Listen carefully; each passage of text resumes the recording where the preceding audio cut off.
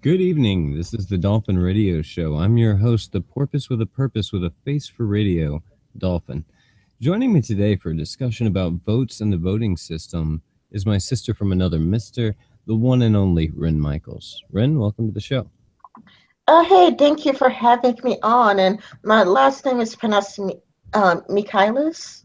Uh, I kept telling myself that before this, but when I get into reading parts, I just do like the advertiser voice, and I can't help it. I screw up a lot of words that way. yeah, Um, but Michaelis, is it Michaelis? Michaelis. Michaelis. That It's kind sounds of like really Mikhail, cool. but it's like Michaelis. Like Mikhail, Michaelis. Okay, so like there's almost a separation between the C and the H. Mm-hmm. Oh, yeah. I happen to have probably 7 or 8 friends or family that are named Michael. So when I see that, I'm just and you missed the IS at the end. But I did notice that today, and I was like, wow, it's a very interesting name. And I thought it was Michaelis, but I'm glad you corrected me on Mm. Well, if there's somebody with a similar last name, maybe they pronounce it differently. I don't know. that. Two people Yeah. could have the same last name but pronounce it very differently. Hell, two people could have the same first name but pronounce it differently. Yeah, I've definitely seen a lot of that. Um, so you encouraged me to watch a video the other day, and anytime Ren tells me to watch a video, I go and watch it because I'm gonna agree with her. I don't know how I figured this out, but over the course of a few months, I was like, okay, when she says something, it's probably pretty much in line with what, and that's why I call her my sister from another mister, because it's brother from another mother, but kind of reversed. But and I checked out this video, and I forget that. I think his name is. I'm gonna go ahead and look him up so that I get this correct. But I'm pretty sure his name is CCG Gray, and he does a series of uh, so the educational, government, and financial videos and things like that. How would you describe it, Ren? I wouldn't know. Like somebody actually sent me that video, like the first one, the problem with first past the post, and then I watched it and it's like, wow, this is really good. And then he linked his other two videos, so I watched them, and it's like those are really good because I interviewed agents of doubts, and agents of doubts had a problem with people not voting. And in, in this last election, Cosmopolitan magazine said that 47% of people didn't vote at all. And I was getting to thinking, how come 47 percent of people didn't vote? And I think it's because it's kind of a lot like people are discouraged from a voting third party. I Usually, think that when there's a really people solid think, or argument when for it. I, I think when people think about voting third party, a bunch of people from both sides totally discourage them. Like, well, your party doesn't have a chance of winning. That party doesn't have a chance of winning, or you're just gonna ruin things for Hillary Clinton. Like Jill Stein actually did get blamed for ruining things from Hillary Clinton. So it's kind of a lot like there is an idea of the alternative votes where you can vote. You can put things in order, like where you like number one, your number two, your number three, your number four. So you could just rank people in the order of which you like them. That's the way, you're not ruining things for, the Democratic Party or the Republican Party. So if it's really true that Jill Stein really has like no chance of winning, you can still safely vote for her. And still, like, if she doesn't win, your votes would just get transferred to Hillary Clinton. Yeah, Like that if was it, the single transferable vote system, right? yeah, Or were you talking about the ranking system? yeah, you could like transfer, your votes, like if you get a ballot and you just write one, two, three, four, and writes which like the most and whatnot, then your votes could get like, if Jill Stein doesn't have enough votes, and if she doesn't make it, like if she still gets like uh 5% of votes of the popular votes, or 10% of the popular votes, then if you had Hillary Clinton as number two, you know, her the Jill Stein votes would get transferred to Hillary Clinton, for example. Yeah, to be honest, I think I kind of like the ranking vote system a little bit better than the single transferable. But at the same time, I definitely agree very much with and by his name is CPG Gray. Let me see, make sure I get that. Yeah, CGP Gray. Yeah, nobody's gonna get that right. I've said it wrong so many times at this point. But yeah, he's got 3 videos on the subject, and the first is, of course, the first past the poll, which is what a lot of people have, which is, you know, you get to a certain percentage and you win the vote, and that works up until a certain point, but it has a lot of problems. And his videos actually go into great detail. There's 3 in a row. The second one is the ranking system vote, which I think we touched on. So you pick your first, your second, your third. And then if your first candidate doesn't win, like you said, well, I mean, at least you gave them your vote first, and your second choice, if they, you know, they have a much better chance of winning, they'll get, you know, your first choice gets eliminated, and you just start picking them off from the bottom. But that kind of eliminates parties too, I think, and it discourages a lot of things. The single transferable, I see a position for a whole new set of much more sinister ways of vote rigging. I think that just because it's such an unknown system and it's got so many moving parts, that I'm an engineer, so in my mind, every single joint, every single moving part is a weakness. It's a greater chance for overall failure. And so when I see a plan with all these moving parts, I think, yeah, it sounds great. And it sounds like you're really combating all the problems, but you're also making a very weak overall structure that is room for a lot of major malfunctions and an overall failure. And so that's kind of the problem. And I haven't really identified any problems, so I can't like specify anything.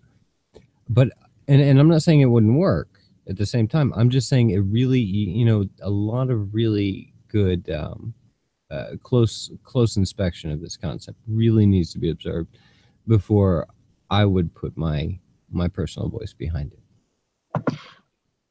There's going to be problems with any voting system, to tell the truth. There's already a problem with whoever is has the popular votes win, especially since people are more motivated by fear. And that's what he got right, because I have witnessed it myself. You know, like many people voted for Donald Trump because he's already ahead, and they are afraid of Hillary Clinton win. And many people liked Bernie Sanders. They were in favor of Bernie Sanders, but they voted for Hillary Clinton, not because they like her.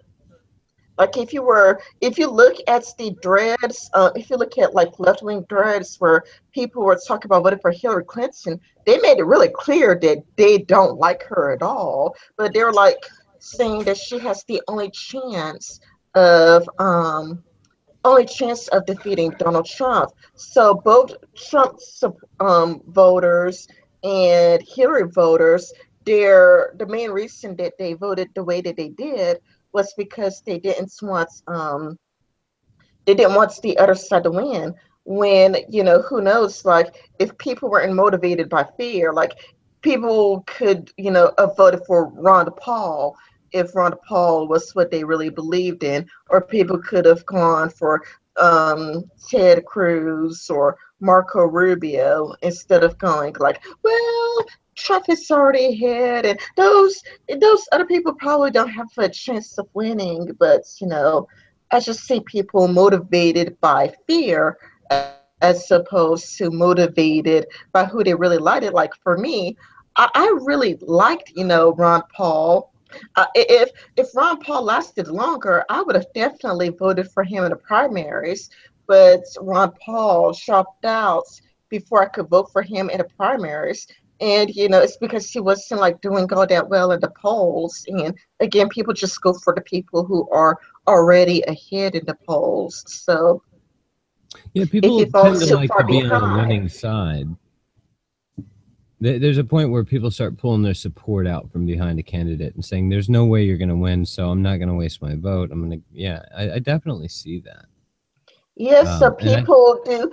So the guy who made First Past the Post, he did make a really great point where people are motivated by fear, and so they don't really vote the way that they really want to vote. They do strategic voting, and they just vote to keep Hillary Clinton out and go, "Hey, Donald Trump just has the best chance of winning." But if you rank things in order, like, well, number one is Ron Paul, number two is this, and number three is that, then you could just keep transferring your votes to the points where maybe Donald Trump is the only person who could beat Hillary Clinton, but at least you have more of an accurate representation of what people would want.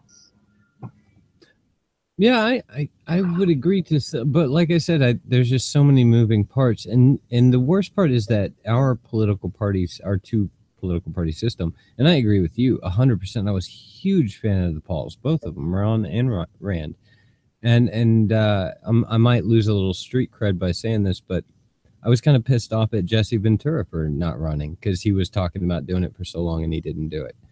I'm a big fan of independence, and when I was looking at everything from the very beginning, when Trump announced that he was running, I kind of laughed. I was like, seriously? And that's where all my Trump cred goes out the window. But then what happened with the Democrats is they had the DNC, the Democratic National Convention, and they have these super delegates, which basically have the ability to use their power to override the will of the people. Now, if you find yourself in a democratic society and the political party that claims to represent you doesn't care what you think when it comes to selecting a candidate, they're not going to care what you think when it comes to writing laws that govern you. And so when I saw the DNC use their super delegate muscle to kick out the populist candidate in Bernie Sanders, I thought, well, there's absolutely no way in hell I'm voting for Hillary Clinton or any Democrat at this point, because they obviously do not care what the people think. They only care who they want in office, who they can control, who's going to toe the party line, and that kind of thing. And after the election, of course, they turned Bernie Sanders up to 11 so that everybody could hear him, and pretended like they had been listening all along. In the meantime, the only person that really scared me more than Hillary Clinton was Jeb Bush. And I was really glad to see that the primaries kicked him out. And it would have worried me to see his numbers going up. I'm not too unfond of Marco Rubio, but I really would have liked to see Rand Paul get more airtime and get more of a chance to speak and be heard, because I think he's kind of like the intellectual of the right. He's going to be less fire and brimstone, less passion, more intellectualism, and that's what I really like about the Pauls. Is they're like, listen, we have real issues. Let's talk about them. But anyway, I'm sorry, I've kind of gone off point here. Back to the voting system. How would you think would a single transferable vote be interjected into our current electoral system? Because we have the electoral college where you elect districts, and when you get districts, then you get the vote. Yeah, I haven't. Again, I really just watched this video recently myself, so I don't know how to implement it in the U.S. system, because the U.S. system already has its own unique system with the electoral college and whatnot. But to me, the biggest problem with how things are is that we have too much ill-informed voters. Like too many people would pay attention to Republican Party only or Democrat Party only, where they would probably watch the Democratic Party strictly but ignore the Republican Party, or they would look at the Republican Party strictly and ignore the Democratic Party, or they would just be completely oblivious altogether. They would just be a movie goer and watch TV, play video games, and they would only vote in the main election while ignoring the primary election. Because I had a coworker, and I asked him, "Are you going to vote for the primaries?" And he's like, "Oh, I'm not paying attention to any of that. I'm just going to vote for whomever in the main." So it's kind of a lot like, I do think that the problem with the voting system is that people are too ill-informed, because at most they ignore, at the very worst, they ignore both sides entirely into the main election, if they care about that at all. And people just would just watch all of the Republican debates and ignore the Democratic debates, watch all of the Democratic debates and ignore all of the Republican debates. What happens is that the media does lie. The media does take like the worst parts of the debates and amplify it, or it would take people out of context or whatnot. Like I know that Vernaculus, and not only Vernaculus, but the Armored Skeptic, had to come to Donald Trump's defense because the media took him out of context. So when you're just,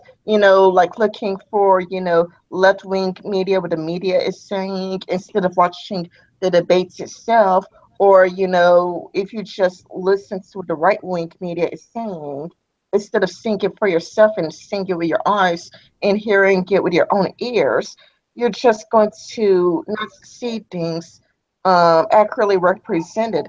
Kind of like how so many people on the left are calling themselves nasty women, and they think that Donald Trump insulted all women, when the exact quotes that they were talking about is Donald Trump says to Hillary Clinton, "What's a nasty woman?" That is not all women. That is directed to Hillary Clinton specifically. What's a I nasty woman is dedicated to Hillary Clinton. He didn't say anything about all women, yet it's taken as all women.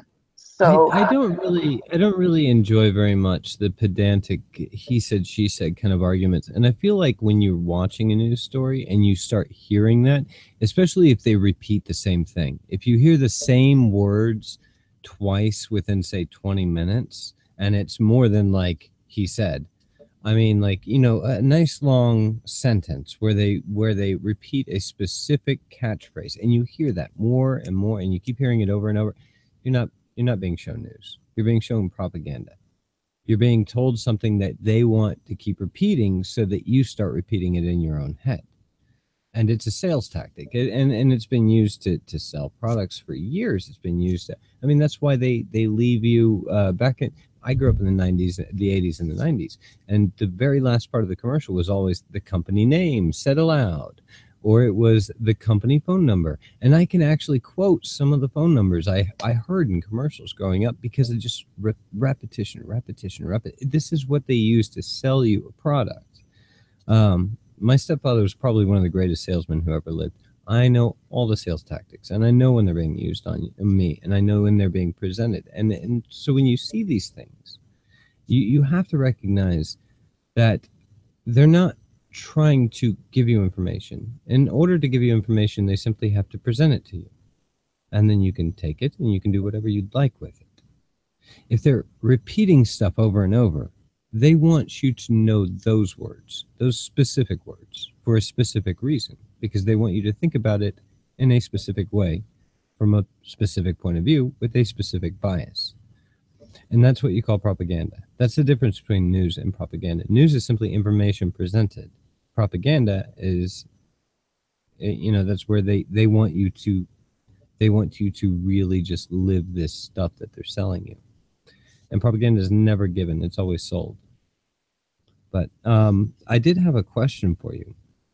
And that was, how much of the voting public and I assume you're American. But how much of the voting public would you say is either shamed into or shamed out of voting on I guess, quadrannual basis? The I voting. I I actually did an old video on this. It would take me a while to find it, but You have a lot of really long videos. I so tried to bend your entire channel. It's just not going to happen in one day. You can't do it. It cannot be done. But I'm yeah, sorry, I didn't mean to interrupt. But go on. yeah, yeah. I do have this old video. I forgot the title of the video, but the links is in the description below about how many Americans are motivated to vote out of fear, out of fear about the other side winning. And it was lots, it was lots rather than genuine enthusiasm for their side. I mean, don't get me wrong, there are some very enthusiastic Trump supporters, but again, it seems like fear is a really big motive, and it does influence how people, vote. Not only that, but that's not the only factor. But because I knew for a long time that Donald Trump was going to win. Like when I say win, I didn't know he was going to win the main election, but I did know that he was going to win the primaries, and that's because his name is pretty much the only name you hear in the media. Not only is his name was pretty much the only name you hear in media, or it was the number one name you heard out of all of the candidates. But what else was I going to say? But yeah, his name was the number one name you heard. Oh yeah, now I remember. In the RNC debates, he also took up the most time. Not only that, but he would actually get in little arguments with the moderator. So he hogged up all the time in the RNC debates. And then he got the most attention on the news. It's like all you hear is Trump, Trump, Trump, Trump, Trump. And I remember hearing, I forgot where I heard this, but I heard sometime long ago that the more a person hears a name on the media, the more it gets into your subconscious, and the more it could affect how you vote, because now it's in your subconscious because you've heard it so many times, and that's going to influence how you're going to vote. So like even early in the primaries, I knew like head on that Donald Trump was going to be Donald Trump or Hillary Clinton because the media's only talked about Donald Trump. That's how I knew. Did you see anything about the Puerto Rican vote that came up recently? Are you talking about to become a state, a 51st Yeah, state? yeah. I believe it was a public referendum to become a 51st state. Yeah, but I think it got completely ignored because only 8% of people voted. So even though it was a landslide win, only 8% of people voted, something along those lines. And the overwhelming majority of people didn't vote at all. So, I mean, if the overwhelming majority people didn't vote, it kind of shows where people's hearts really lie. They don't care to be the 51st state. Well, what really bothers me the most about it is they didn't necessarily express an opinion. They didn't take a side. They didn't stand up and say, this is what we want or this is what we don't want. They simply kind of like null and voided it. They said, we're not going to say anything. And that not only gives us the right to claim a misvote if we lose, but it also gives the politicians the right to weasel out of anything that we actually want. Or, it kind of invalidates the overall vote. And I think that's just, I don't know. I'm okay if the politicians don't make Puerto Rico a state, because that's downright un-American. Yeah, they just would rather go swim or rather engage in some sort of hobby Well, it's rather really good to than. have all the benefits of being an American state without having any of the tax liability or legal liability of being a U.S. state. I mean, you get a vote in Congress, you get a vote in the Senate, you get a voice, and you get to be the poster child for the questions of what our civilization is and what a state is and what states' rights are and things like that. And all the attention that comes with it, and of course all the pride of being a Puerto Rican. But at the same time, you know either shit or get off the pot, really. That's it. If you're not going to be a state, don't be a state. If you're going to be a state, be a state, but quit pulling this up every 5 minutes. Well, Yeah, clearly, I definitely agree. The flag needs a new start. We need a 51 star. I'm thinking 3x17. What do you guys think? Too much? Ah, never mind. I'm sorry, it was my engineering joke. I think like one person got it, and that was me. yeah, anyways, I think that they made it perfectly clear by not voting, by going swimming instead. I think they made it perfectly clear that they do not want to be a 51st state. In a sense, not voting at all is still making it clear that you do not want to be a 51st state, you know. Yeah. You've made your position clear on where you stand if you refuse to vote, you know. Refusing The to vote question is on though, an idea means you don't like the idea. I mean, their territory. I guess it's a territory. Their territory is on the verge of economic collapse. They have a ridiculous unemployment rate. They have a ridiculous poverty rate. They have a whole terrible set of scenarios, and yet they didn't even show up to vote to become a state. I mean, it's like if they had showed up to vote and said, "No, we're on our own and we accept that," that would have been one thing. But to I think it's incredibly lazy. It's an incredibly lazy way to try and win what you want. If you don't want to be a state, you should have voted no. I mean, if 94% of people are going to not show up, and those 94% of people are in fact voting, or decide to go in and vote no instead, they would have won an overwhelming majority, and there would be no question whatsoever. Nobody would be confused, but that's just my way of saying it. Yeah, I'm pretty sure that a no vote means no. Like we don't want this.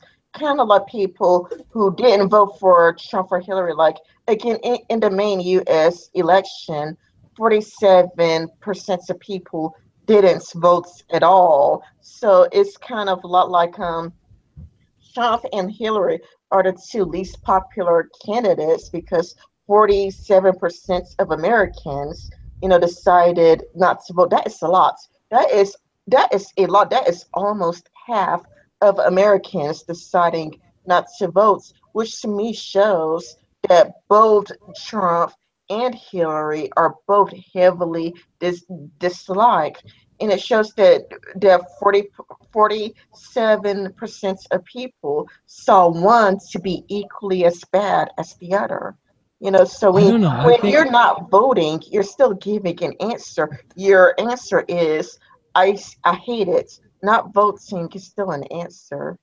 I think that if you really look at it from a Trump voter versus Hillary voter perspective, and you look at, how eager were you to cast your vote on a scale of 1 to 10, Trump voters are going to rate about an 8.7.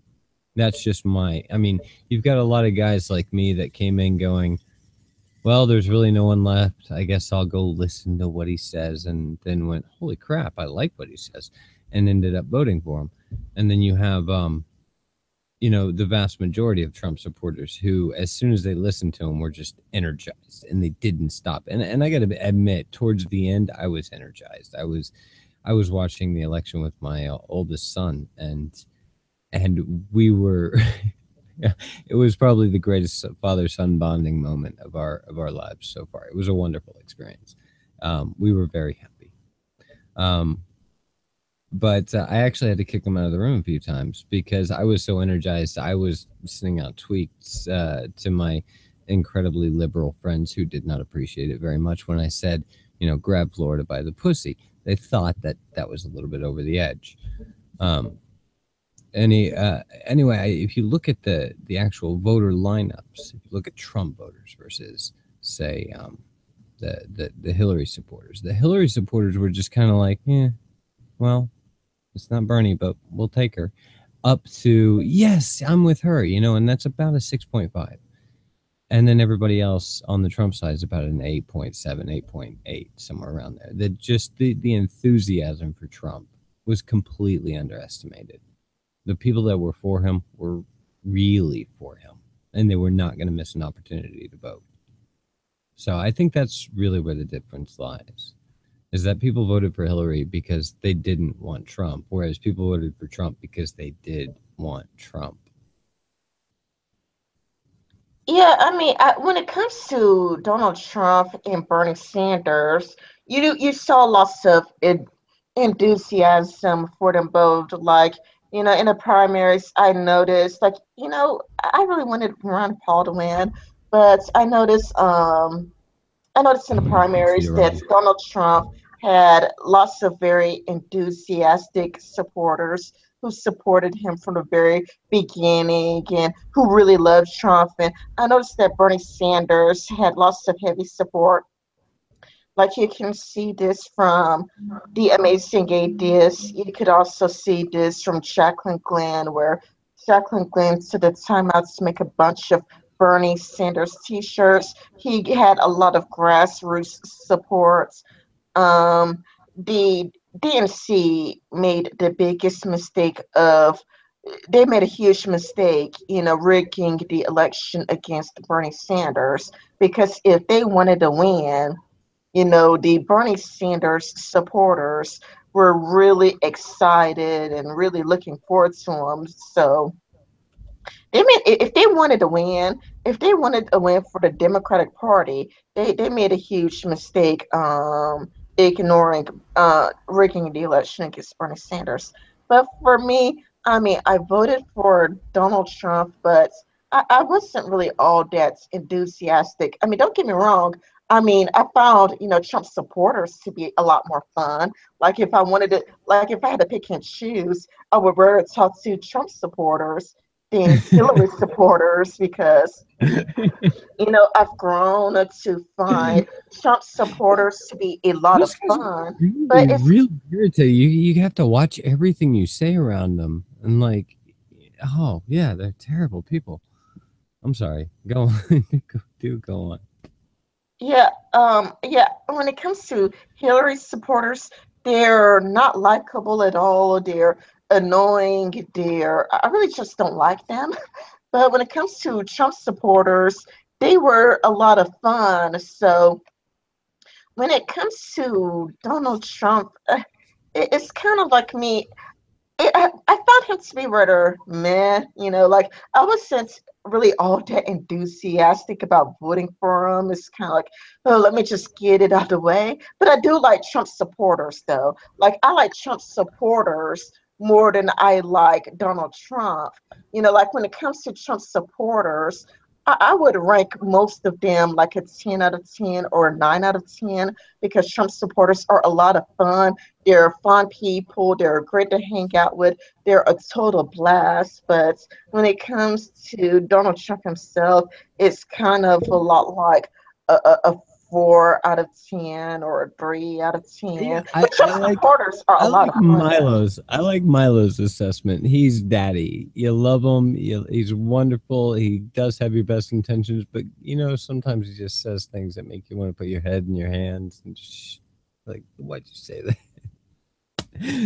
I'm sorry.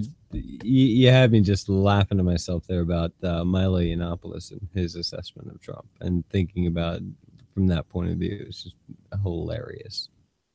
And I know that you're a big fan of Milo. So, and by the way, let me ask you this. Who do you think was a bigger salesman for Donald Trump in this last election? Milo Yiannopoulos throughout all the course of events of all the things that he did, or Michael Moore trying to put Trump down? I think Milo Yiannopoulos really helped sell Donald Trump because, oh, I remember my very favorite quotes from Milo Yiannopoulos. He was dressed in drag, and he wore a really nice outfit for, looking like a woman. And he was like, "Make America then again." Oh, that was that. That was That was the New Orleans or Baton Rouge or wherever. No, yeah, he was in Baton Rouge because he was at the University of Louisiana. So, yeah, I think he went on his Ivana Wall. That was a great speech.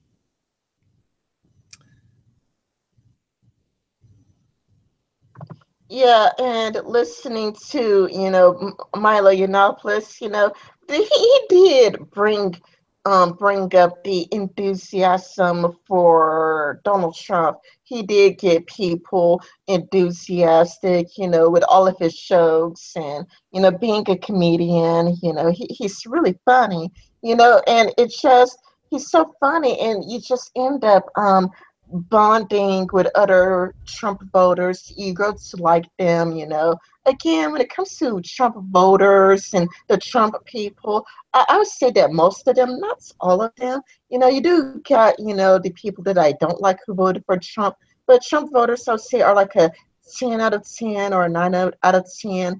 But Donald Trump himself, I would, when it comes to how appealing he is to me, I would say it's more like a 3 or 4 out of 10. And people feel more motivated to defend him because of all the hates he receives from the left. You have, like, so he gets so much hates from the left that is unjustified that you feel kind of You know, motivated to come to his defense. Like, that's a lie or that's taken out of context and whatnot.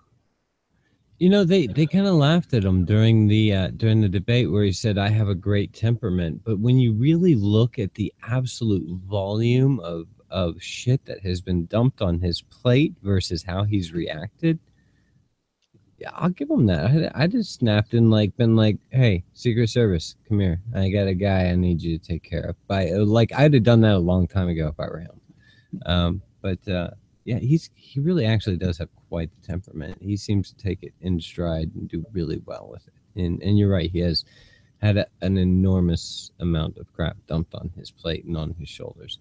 And I think that there's going to be a certain point where people on the left start realizing we're turning this guy into a martyr. He is turning into an Iron Man. We're just basically showing that he's bulletproof, and we're making him more bulletproof with every attack. Maybe we should shut up and start trying to, I don't know, compromise, work together, move forward. It'll be interesting to see if and when they ever decide to do that, because the Republicans aren't really huge as far as helping them out with Trump either, because they seem to be kind of upset at the situation just as much, and that's kind of the problem with electing a populist instead of a career politician to the high office. Anyway, I want to take a moment to point out that this episode of the Dolphin Radio Show is brought to you by Vidcon, the lull in quality content production that allows creators such as myself to entertain bored teenagers, and by Dolphin Radio's silent recordings featuring our latest hits and the latter of which has won several awards. Anyway, I'm going to go ahead. We got about 10 minutes left in the show, and I'm going to go ahead and turn the mic over to Rin to talk about a little bit more about the what was it, single transferable vote, just to kind of recap everything for you guys, let you know what that was all about, because it was really interesting. She turned me on to it. If you guys have a chance to check it out, the CGP Gray single transferable vote, you can look it up on YouTube. I'm not sure about the other sites, but Ren, take it away. Oh yeah, this would be kind of like if you wanted to vote on election or whatnot, to go by who you like the most and who you like the least. You could put like one for, like, let's say like a third party candidate who has like normally no chance of winning. You could go like Gary Johnson 1, Donald Trump 2, Jill Stein 3, Hillary Clinton 4. So that's the way, if you're worried about, if you wanted to vote third party and you were worried about wasting the votes, and your votes could get transferred to Donald Trump because people now know how you would have voted. And because people know how you would have voted, they could give your votes to Donald Trump. Or if you were Jill, voted for, if you wanted to vote for Jill Stein, but you were afraid of Hillary Clinton would lose, you could put Jill Stein as your number one and Hillary Clinton as your number two. That's the way, if Jill Stein doesn't make it, your votes would still get transferred to Hillary Clinton because now they know how you would have voted. So you would not be hurting Jill Stein or Donald Trump at all. It could also, I would think, be helpful in the primaries as well. It's kind of like during the primaries, you can go by, me, the way I would have done it, I'll be like, you know what? Ron Paul is my number one. Marco Rubio is my number two, and Donald Trump is my number three. And it wouldn't hurt, Donald Trump at all. But if you like somebody else, but if you like somebody else, it wouldn't hurt Donald Trump at all. It wouldn't hurt him. But yeah, Yeah, that's the single transferable vote does offer the opportunity for the third parties to have a chance, and people that would be afraid that their vote would get wasted could still vote for their third party candidate first. And if the third party candidate really had no chance, well, then their second choice, the primary candidate, that would get their vote instead. And so I kind of agree with it. I think it's a really interesting concept. Like I said, it does have a lot of moving parts. And as an engineer, I know moving parts and joints are weak spots, and they're great places to exploit problems. But as of right now, I can't specify any problems I see with it. As far as that being said, I think having a more well-informed electorate would be my primary concern with voting. And if you have friends and family that are voters or that are going out there and voting and aren't actually taking the time to listen to anything but what they want to hear, remind them that everything that they know is just what they've been taught. Doesn't necessarily make it true. And that the best way to learn more stuff is to open their mind to the idea that they could be wrong about what they already know. But that I guess that's about the best information or best advice I can give to anybody out there that says that they don't want to vote because they don't think their vote counts, or they don't think their vote matters, or they just consider it a waste of time and would rather be told what to do than have a choice in it. And if you're one of those people, then my only words to you are, life is a do-it-yourself project. If you're not going to do it yourself, then just I don't know what to tell you.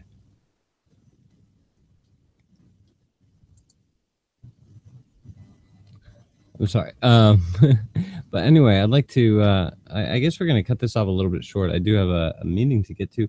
Ren, thank you so much for joining me for this evening, talking about the voting, the single transferable vote, and for turning me on to that. And I really hope to have more conversations with you in the future. You're a really awesome person. If you haven't checked out Rin Michaelis, Michaelis, I'm going to say that. I'm going to do this. I'm going to get this right at some point. Michaelis. If you aren't a fan of Rin Michaelis, go check out her channel. Go sub to her. Go follow her on Twitter. She's on all the social platforms, including Gab.ai, Minds, and everything else. So thank you very much, Ren, for joining us tonight.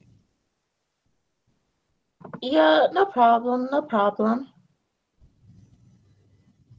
All right. That being said, we'll be back next Wednesday right around 7, and hopefully we will we'll still be broadcasting. Have a good night, guys.